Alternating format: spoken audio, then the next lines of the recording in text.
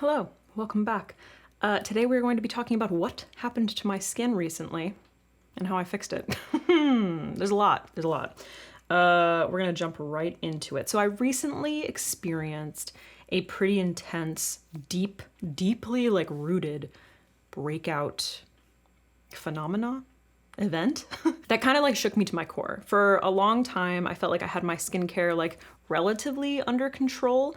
For those of you who don't know, or if you might be new, my skin tended in the past to be like more oily and congestion prone, I guess. There are a lot of things that I want to go over today that contributed to why I broke out so badly. It kind of like slowly started to build up where like breakouts were happening a little bit more frequently, especially I recently traveled internationally and it started to pick up around then. And then when I got home, it really like was full force. It happened so quickly. At first I thought I was having an allergic reaction because typically when I would get, breakouts, whiteheads, things like that, I was able to do extractions and, maybe wear some of those like pimple patches, the hydrocolloid, and things would go away.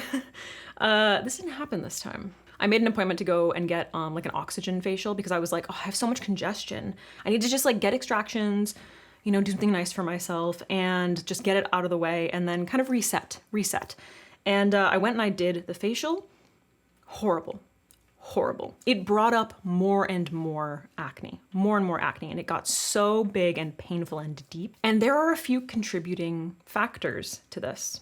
So the number one contributing factor was over-exfoliation. I had become very, I think, captured by all the dermatologists who have content on the internet right now. And it's not to say that what they were saying was bad or the information that they were providing was bad, but I often feel like when I watch dermatologists talk about exfoliation, when we're talking about congestion or acne prone skin, it's kind of like, here are all of the products, here's what they do. And there isn't necessarily as much of an emphasis on, if you're using this, don't use that. There is a little bit, with some of the more obvious things, like, if you're brand new to tretinoin, don't be like piling on benzoyl peroxide. But it just kind of felt like that information was a little bit lacking. And I was under the impression that my skin was congestion prone. It had always been oily. And something that I didn't really take into account was, it's many years later. I've been on tretinoin for like 6 years now. How old am I? 5 or 6 years, something like that. I think I got it on like when I was 29 or 30-ish. My skin has changed. It's changed. And my skincare practices didn't really change that much with it. I was still treating it as if I was treating this like oily, acne prone skin that I had in my like early to mid 20s. So this led to a massive reset. It actually led me to going to a dermatologist. I've been to a few different dermatologists because I'm trying to find one that I can like really sit down and talk to. And most recently I kind of revisited one. And I told her, like, I have not been able to sit down with a dermatologist and just like talk about the products that I'm using in my routine. I want to do that. And she was like, I got you. So I made an appointment and I told her everything that I was using and we scaled way back. Okay. So we kind of like did a massive reset. One thing that has never changed and will never change, and this brings me to today's sponsor. Thank you so much to Sleep and Glow for sponsoring this portion of the video. If you've been living under a rock, then I guess you wouldn't know, but I've talked about Sleep and Glow for a really long time. Basically just as long as I've been using tretinoin, Sleep and Glow sent me their Omnia pillow. And I've been using it ever since, every single night ever since, and that will not change. Something that's very important to me is the delicate under eye area. Expression lines in general. We have expression lines in our forehead, around our mouth, around our eyes.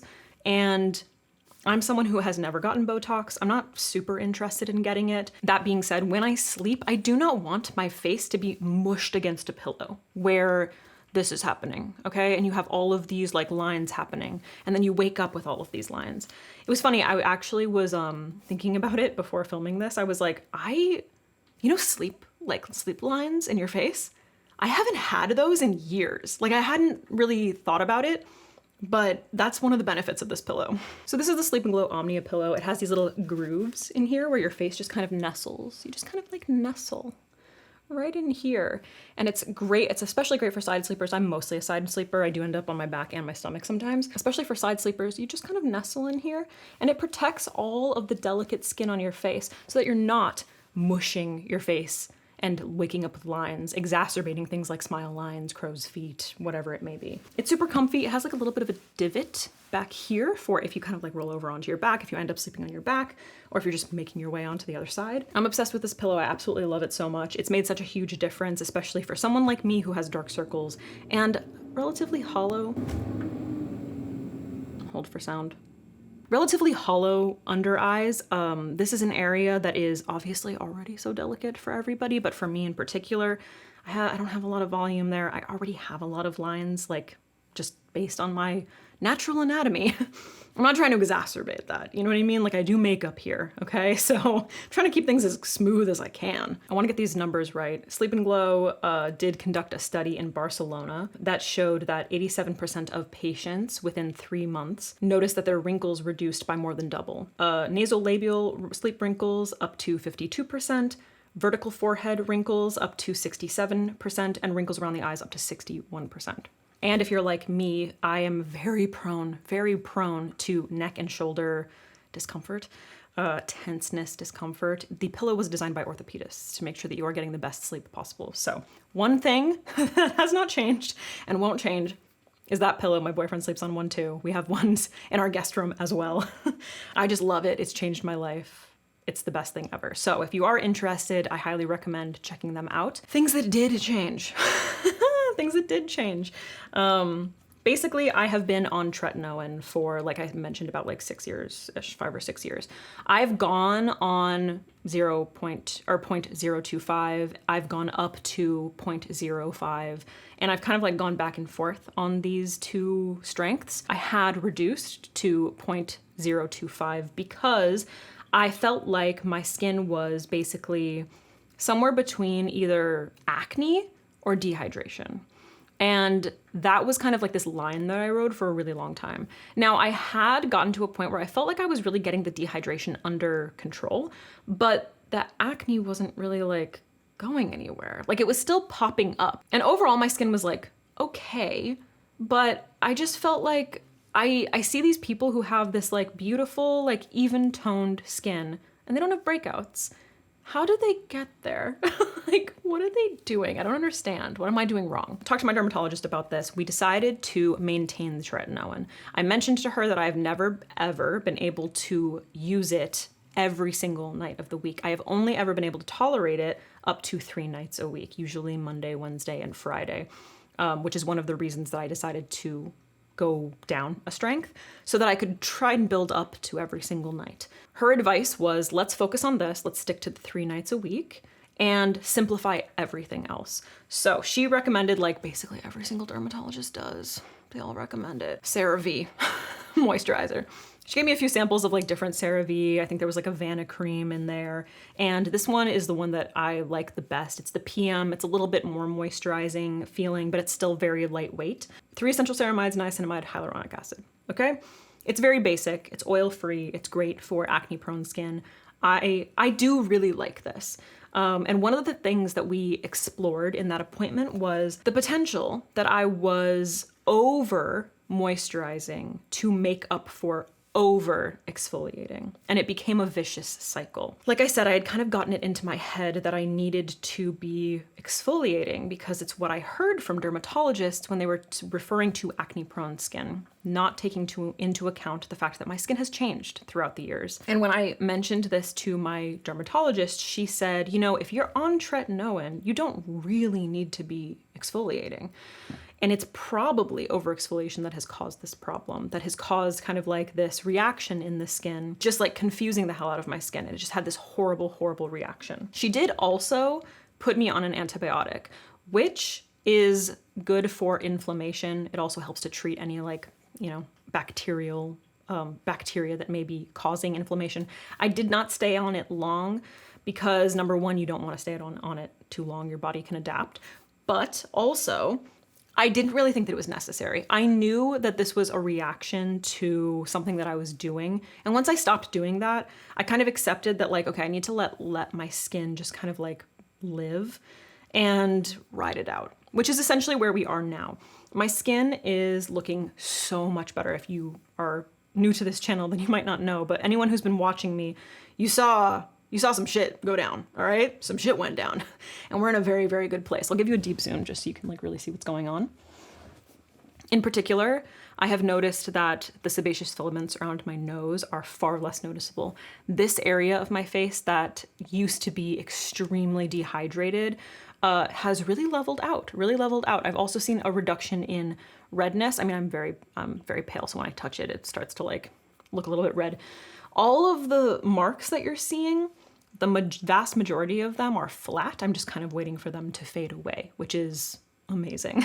And the skin around them, especially on my cheeks, is looking so much healthier. So for a few weeks, the only thing I was doing was using tretinoin 3 nights a week, using this moisturizer on top of it, and then I would use just this moisturizer on its own on the off nights.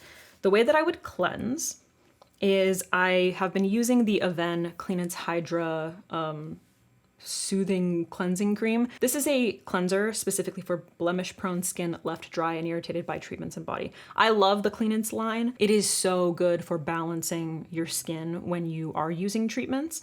In particular, this is like Aven is not a cheap brand, but this is probably my favorite. Like I've used the drugstore versions of like hydrating cleansers, and for some reason they've always kind of like stung my skin. I don't know why, there's something in it, but I love this so much. I also do use still the Prequel Cleanser. I kind of bulk bought a few of them and it is still really, really good. One thing that I also stopped doing was double cleansing when I didn't need to. So let's talk about it. Double cleansing is something that I feel like I hear dermatologists talk about a lot. And something that kind of went over my head was it's often referred to as very important when you are wearing waterproof sunscreen and makeup, because you're trying to make sure that you are getting all of that stuff off of your skin, right? Most days, I'm not wearing waterproof sunscreen and I'm not wearing makeup, believe it or not. I have a very basic sunscreen we're going to talk about sunscreens on, and that's about it, okay? So I don't need to double cleanse.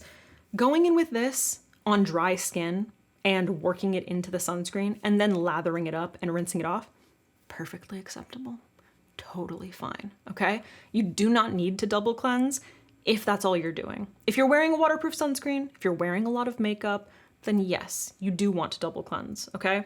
Especially because like maybe you're wearing waterproof mascara. Using some kind of an oil cleanser or a balm cleanser for that is incredible.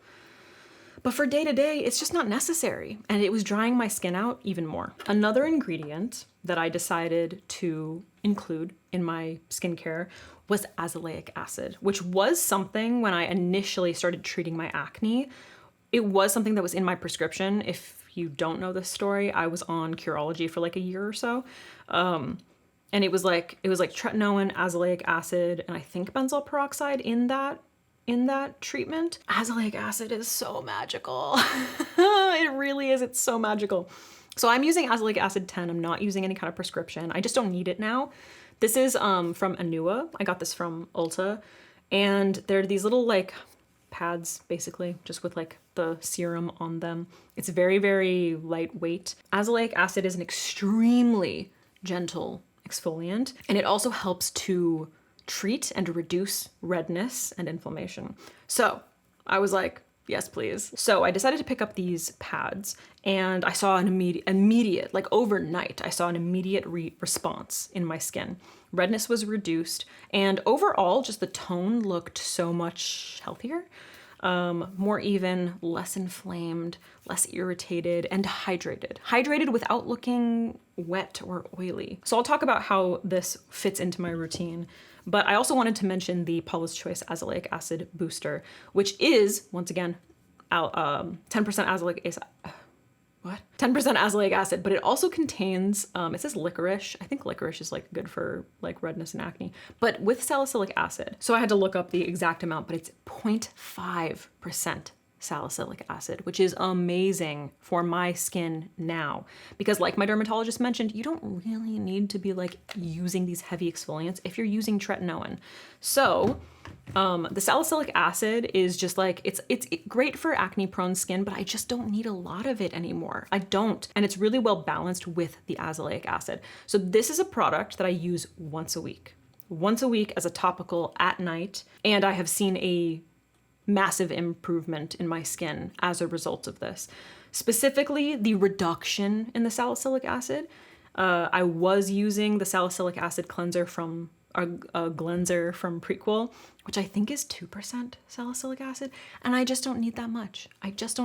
My skin has adapted, relying heavily on the tretinoin, and I don't need to be piling on these other exfoliants. So as far as treatments, tretinoin is very much my hero, and azelaic acid with a dash, just like a dash of salicylic acid. Okay, a dash of salicylic acid. I've recently started increasing the amount of times a week, the nights per week, the amount of days, the amount of nights, the frequency of my tretinoin. So the way this fits into my routine now is I will wash my face. I'll wash my face, all right? I will apply this pad to my skin, okay?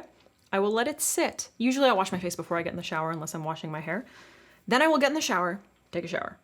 When I get out, I will apply my pea-sized amount of tretinoin. Remember, less is more with this little guy. Less is so much more, okay? You don't want to overdo it. And this is something that I need to remind myself every single time. It's so easy to just like blop a ton out and put it all over your face. You don't need to do that. You shouldn't be doing that. It's gonna make a mess, all right? It's gonna be bad. So I'm up to using these together like 4 to 5 times a week right now. And things have been going really well. This combination has been great. 1 day a week still, I use this as my treatment with the 0.5 azelaic salicylic acid. Those are the hero treatments that I'm using at night. And I've seen such a massive difference in my skin I would say within like 2 weeks of really like dialing this in. Such a massive difference in my skin. So we've covered cleanser, we've covered treatments, we've covered moisturizers. I do want to mention that I am still using the Avène Clean & Hydra moisturizer occasionally. It is specifically for blemish-prone skin that has been left dry and irritated by treatments. My skin isn't so dry and irritated. If my skin is feeling a little more dry, then I use this. And you know what I don't do? I don't pile it on. I use a small amount. So I'm heavily relying on the CeraVe.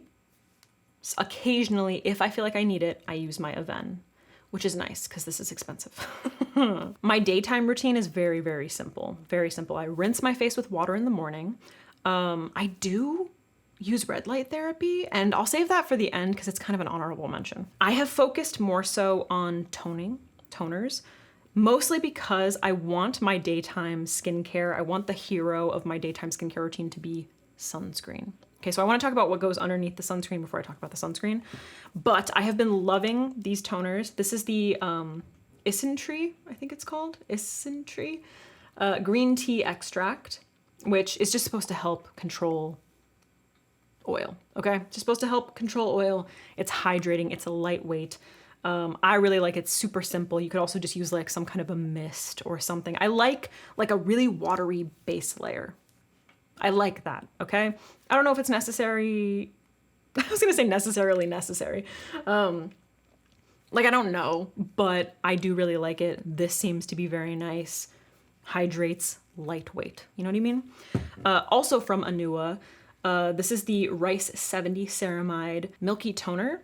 So this is something that I will apply after this, which has basically replaced a moisturizer in the morning. I just don't need it. Because my sunscreens are moisturizing. But this is the first thing that I will do in the morning. Rinse my face. This guy, okay?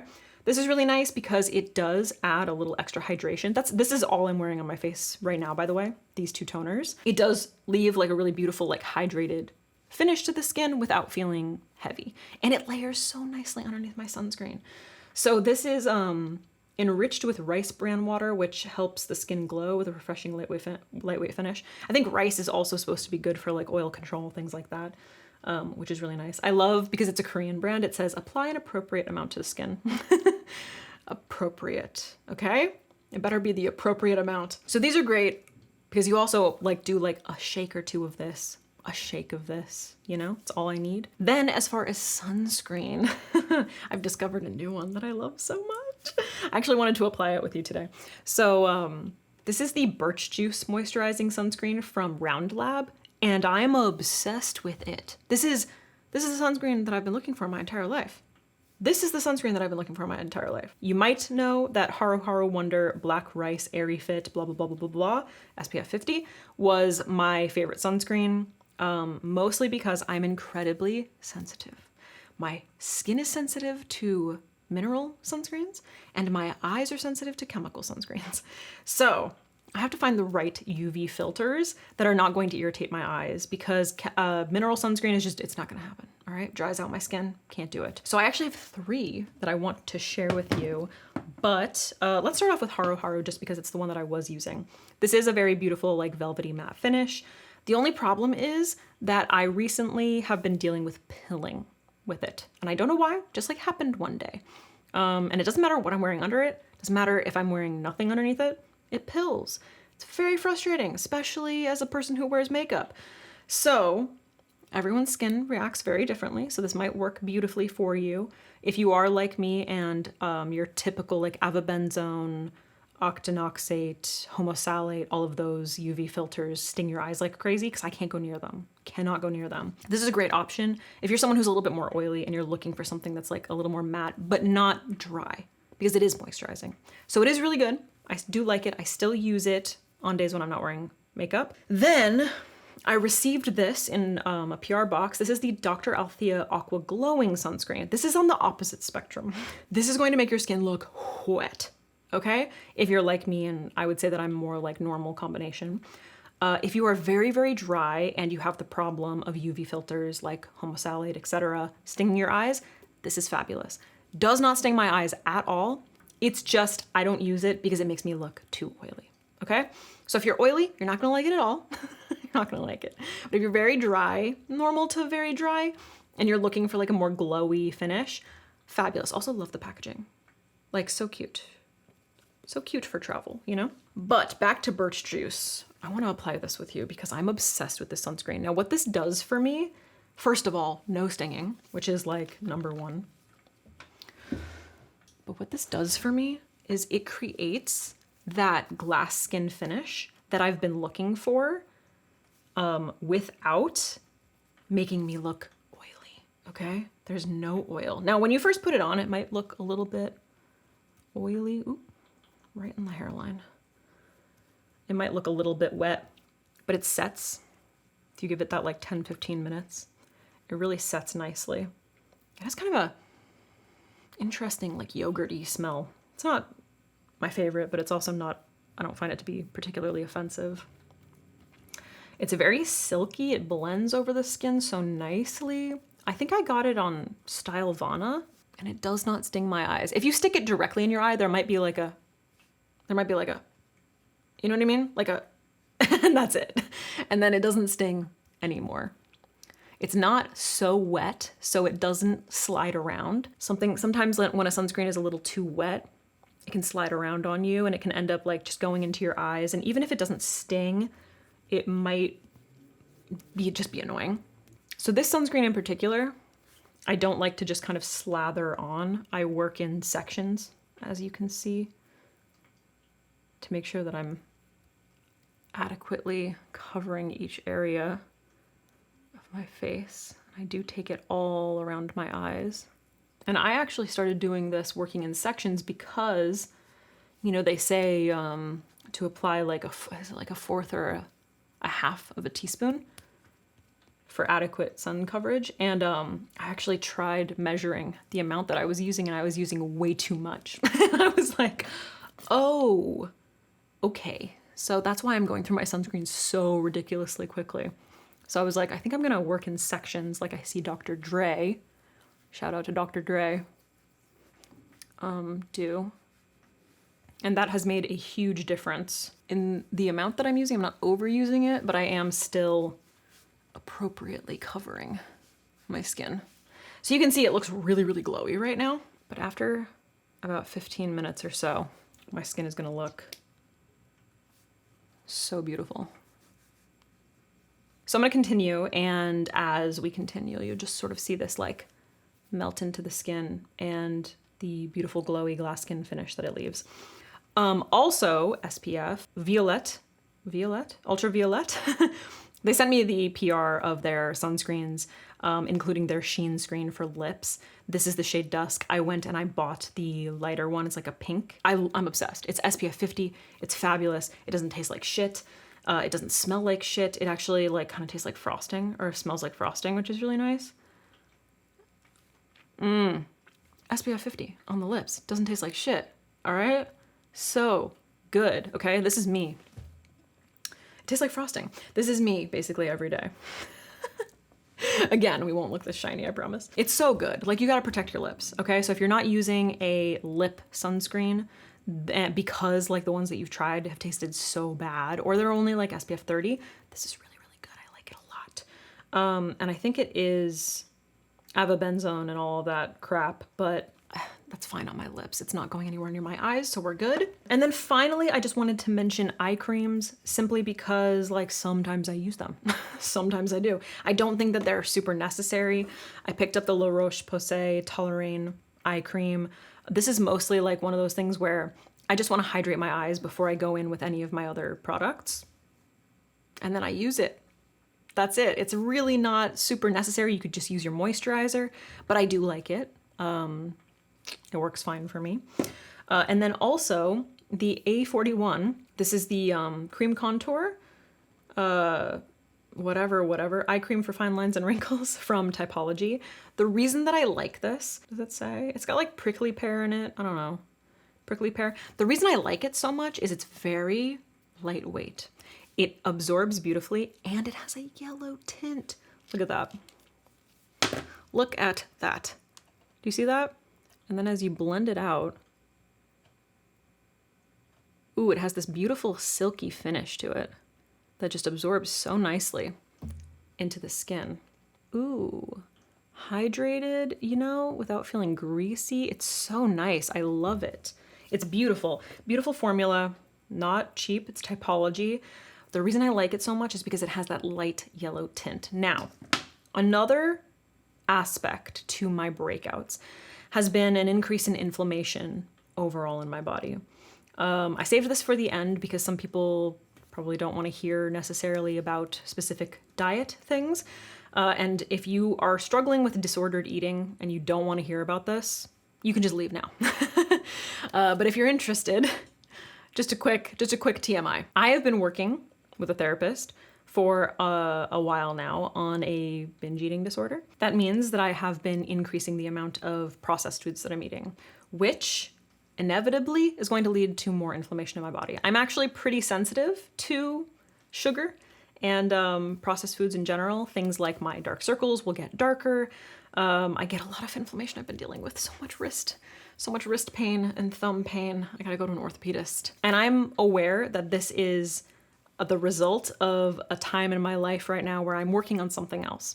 So it is a possibility that the increased inflammation is also causing me to break out a bit, which is why I have accepted that, like, even now that my skin is getting much, much better and I have things like really dialed in, I'm probably still gonna get breakouts, and I'm not gonna freak out over that simply because it's to be expected. So yes, things like diet are important. Drinking water, making sure you're getting your vitamins, like eating lots of fruits and veggies. You know, it's very personal. Diet is very personal. Skin is very personal. Some people react to dairy. A lot of people don't. I don't react to dairy. But there may be things that are triggering something in your skincare routine that is something that you're ingesting. It's possible, okay? Getting a food allergy test at the doctor where they like prick you with a bunch of stuff, you know.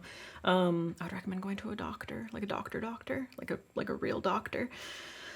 It is a possibility. And I do believe that contributed. It probably compounded everything and resulted in such a reaction. Can you see that the shininess is kind of like going down a little bit? I am hot. I was just going to turn the air on. Also, I did get a humidifier for this room because it's always so dry in here. So if you hear a little like bloop, bloop, bloop, that's what that is. I tried to put it on the lowest setting, but... Okay, that was a lot. There was a lot to it. There were a lot of explanations.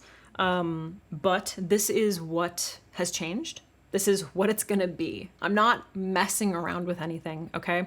I'm not bringing benzoyl peroxide back in. I'm not messing around with glycolic acid. I'm not going to increase the amount of salicylic acid. The only thing that I'm looking to increase is the amount of tretinoin over time. My dermatologist said if you can get to nightly tretinoin on 0.25, then we will increase slowly to 0.05. So I have an appointment with her in like a few months, I think in like October or something, and we'll see where I am. And that will be the next step. But other than that, oh, I totally forgot. So I wanted to mention red light therapy. So the first time that I used red light therapy, I went in full force. I was much younger. I was like, I think 28, 29, and my skin didn't need it. I just didn't need it. I am now 34, going on 35 relatively soon. So I've started. I purchased the Omnilux mask, the chest one, and the hand one. I went a little crazy. The Omnilux mask is very like flat, and it just kind of like wraps around your face. It was fine for a while, but then Current Body reached out to me. They sent me their mask, which I like a lot better. I like it a lot better. It just like contours to the face more. I'll be honest with you, when it comes to the red light therapy, it's impossible to know that anything is happening because it is one of those things where you need to be so consistent. And I have been. I would say that I use it like at least 3 times a week. At least. So I have been consistent with it. The only thing that keeps me using it regularly is the fact that I purchased the what's it called?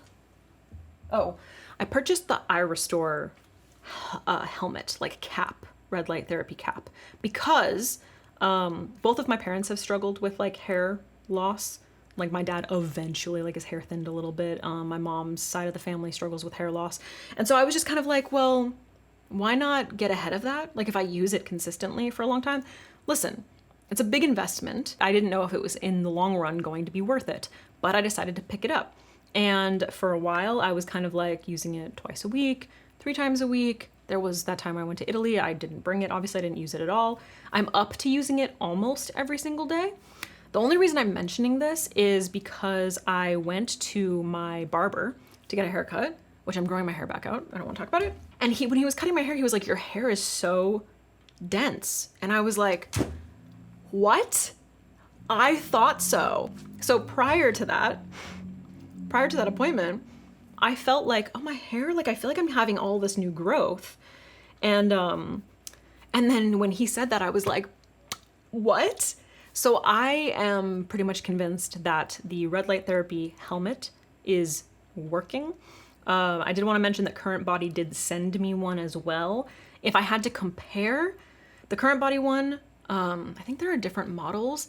I bought a pretty advanced one from iRestore. It was expensive, but I like it. It's sleek, it's easy, comes with a little portable like case. The one from Current Body is very bulky. So I'm not saying that that one isn't going to be effective. It is more affordable, but it is very, very bulky. So just keep that in mind. Like it's quite large.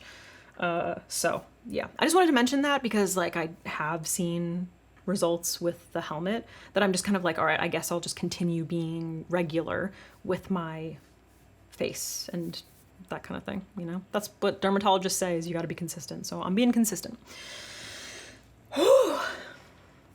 That was a lot of talking. I wasn't expecting to be talking that long. It was like 45 minutes of me just talking straight.